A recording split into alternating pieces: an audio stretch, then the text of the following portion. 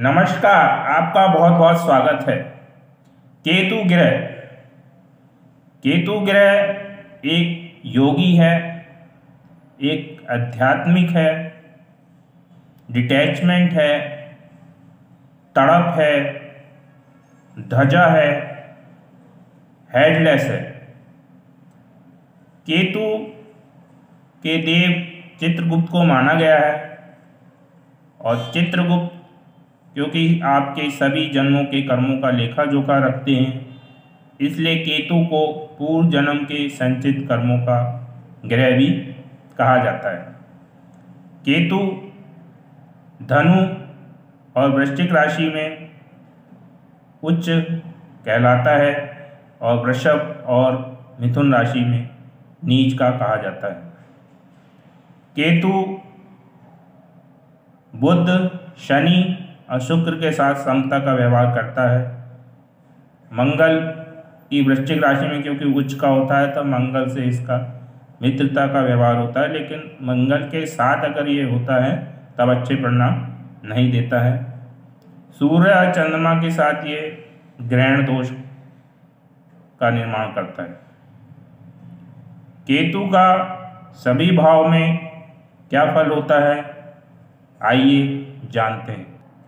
केतु जब प्रथम भाव में होता है तो केतु आदमी की सोचने समझने की शक्ति का ह्रास करता है, क्योंकि केतु क्या है, धड़ है, केतु का सिर नहीं होता। ऐसा व्यक्ति के सोचने समझने की बजाय इंट्यूशन पावर बढ़ जाती है। वह व्यक्ति सोच समझ के कार्य करने की बजाय अपनी इंट्यूशन पावर या फीलिंग के बल पे कार्य करता है। ऐसा व्यक्ति अगर पूर्व जन्म में अगर उसके पास कोई टैलेंट रहा हो तो केतु प्रथम भाव में होने के कारण, लगन पे उसका प्रभाव होने के कारण वो टैलेंट उसका आज भी इस जन्म में भी होता है। अगर वो इससे अकॉर्डिंग कोई कार्य करता है तो उसमें बहुत प्रसिद्धि पाता है, क्योंकि उसे पूर्व जन्म से ही ये गॉड गिफ्ट के रूप में मिला होता है। अगर केतु दूसरे भाव में होता है तो केतु धन तो काफ़ी दिलवाता है, लेकिन केतु क्या करता है, ज़्यादातर धन वो अपने कुटुंब या परिवार पर खर्च करता है, जिसकी वजह से वो थोड़ा परेशान रहता है और उसे धन कमाने में इंटरेस्ट कम आता है। केतु अगर द्वितीय भाव में होता है तो उसकी वाणी में कई बार सरस्वती भी विराज जाती है, क्योंकि केतु अध्यात्म का ग्रह है। कई बार वो ऐसी बात बोलता है कि वो सत्य हो जाती है किसी के बारे में। केतु अगर तीसरे भाव में होता है तो तीसरे भाव में केतु जिद्दी बना देता है और धर्म के प्रति काफ़ी कट्टर कर देता है। वो अपने धर्म को काफ़ी सर्वोच्च मानता है। ऐसा केतु आदमी को पराक्रमी बनाता है, लेकिन व्यर्थ की छोटी मोटी यात्राएं भी व्यक्ति को करनी पड़ती हैं जीवन में। केतु अगर चौथे भाव में होता है तो क्योंकि ये आपके घर का सुख का भाव है, तो केतु घर से दूर ले जाता है, घर से डिटैचमेंट कराता है। केतु को घर में मन नहीं लगता, केतु को बाहर ही अच्छा लगता है और ज़्यादातर मामलों में आदमी अपने घर से बाहर ही कार्य करता है। घर के बाहर ही उसको सफलता भी मिलती है। केतु अगर पंचम भाव में हो तो पंचम भाव क्योंकि पूर्व जन्म से भी जोड़कर देखा जाता है और केतु को भी, तो केतु पंचम भाव में बहुत अच्छे परिणाम देता है। आदमी की बुद्धि अच्छी कर देता है, आदमी को धन का लाभ भी होता है और उच्च शिक्षा भी वो प्राप्त करता है। तो पंचम भाव का केतु अच्छा माना जाता है और ये पुत्र औलाद भी देता है। अगर इस पर कोई मैलेफिक प्रभाव हुआ तो कई बार ये गर्भपात का कारण भी होता है। केतु अगर छठे भाव में हो तो केतु रोग, ऋण, शत्रु को कम करता है, काफ़ी कम करता है। यानी कि आदमी को बीमारियां कम होती हैं। लेकिन अगर आदमी को मैलेफिक प्रभाव में हुआ या खराब राशि में हुआ तो ऐसी बीमारी दे देता है जिसको डिटेक्ट करना डॉक्टरों के लिए बहुत मुश्किल हो जाता है। रहस्यमय बीमारी होती है, रिपोर्ट्स में कुछ आता नहीं है, लेकिन वो अंदर ही अंदर काफ़ी बीमारी आदमी को दे देता है। केतु अगर सप्तम भाव में होता है तो सप्तम भाव क्योंकि पार्टनरशिप का है, विवाह का है, आपका अदर्स पीपुल्स का है, तो ऐसा व्यक्ति पार्टनर से, अपने वैवाहिक पार्टनर हो, एक ऐसा ही पार्टनर हो, उससे एक डिटैचमेंट फील करता है, उसका लगाव नहीं होता है। कई बार ये अलगाव का कारण भी बनता है, सेपरेशन का प्लेनेट है तो काफ़ी अपने पार्टनर से अलगाव भी इसका रहता है, या अगर साथ में भी रहेंगे तो उसको काफ़ी अटैचमेंट नहीं होगा बल्कि डिटैचमेंट ही रहेगा। केतु अगर अष्टम भाव में हुआ तो अष्टम भाव में केतु अपने आप को बहुत अच्छा महसूस करता है, क्योंकि काल पुरुष की कुंडली में ये मंगल की वृश्चिक राशि है, वृश्चिक राशि में ये उच्च का होता है।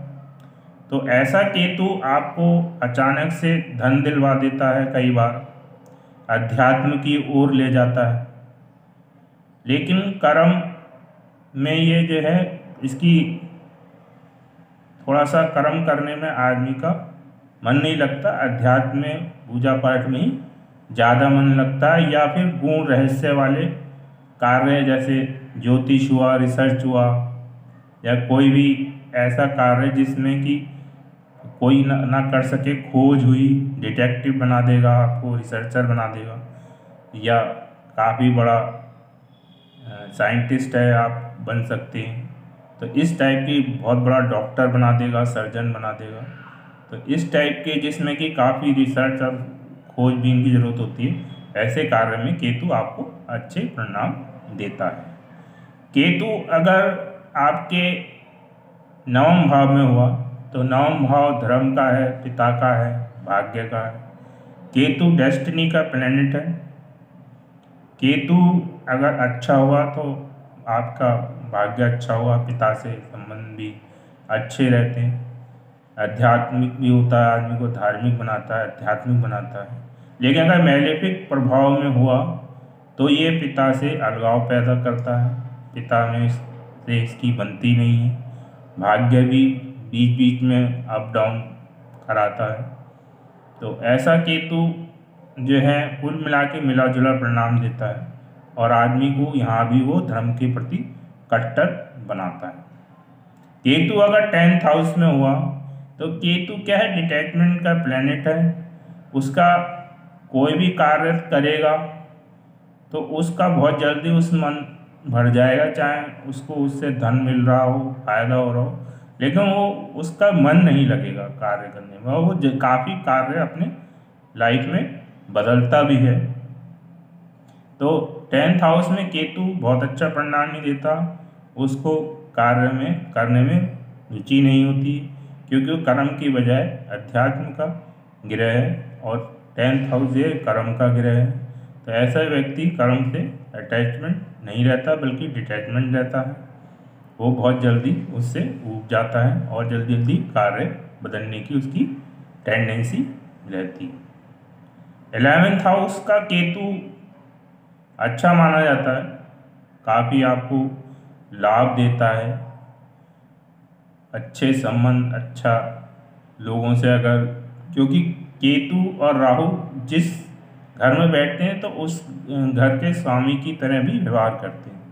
तो अगर कोई धन से संबंधित ग्रह की राशि हुई तो काफ़ी आपको धन भी दिलाएगा, काफ़ी आपको लाटरी सट्टे इस टाइप के उसमें काफ़ी आपको धन मिलेगी। लेकिन कभी कभी मित्रों से ये मतभेद और डिटैचमेंट और लड़ाई झगड़ा भी कराता है। अगर केतु 12th हाउस में हुआ तो केतु को मोक्ष का ग्रह कहा जाता है, और 12th हाउस को भी मोक्ष का ग्रह कहा जाता, मोक्ष का घर कहा जाता, सॉरी।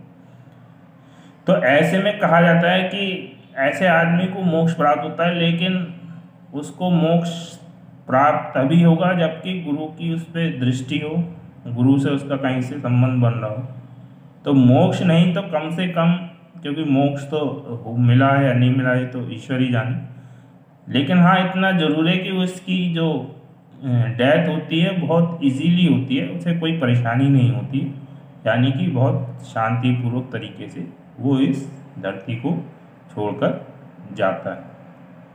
तो केतु के सभी 12 भाव में आपको क्या फल मिलता है केतु का, मैंने इस वीडियो में बताया। आज के वीडियो में इतना ही। धन्यवाद।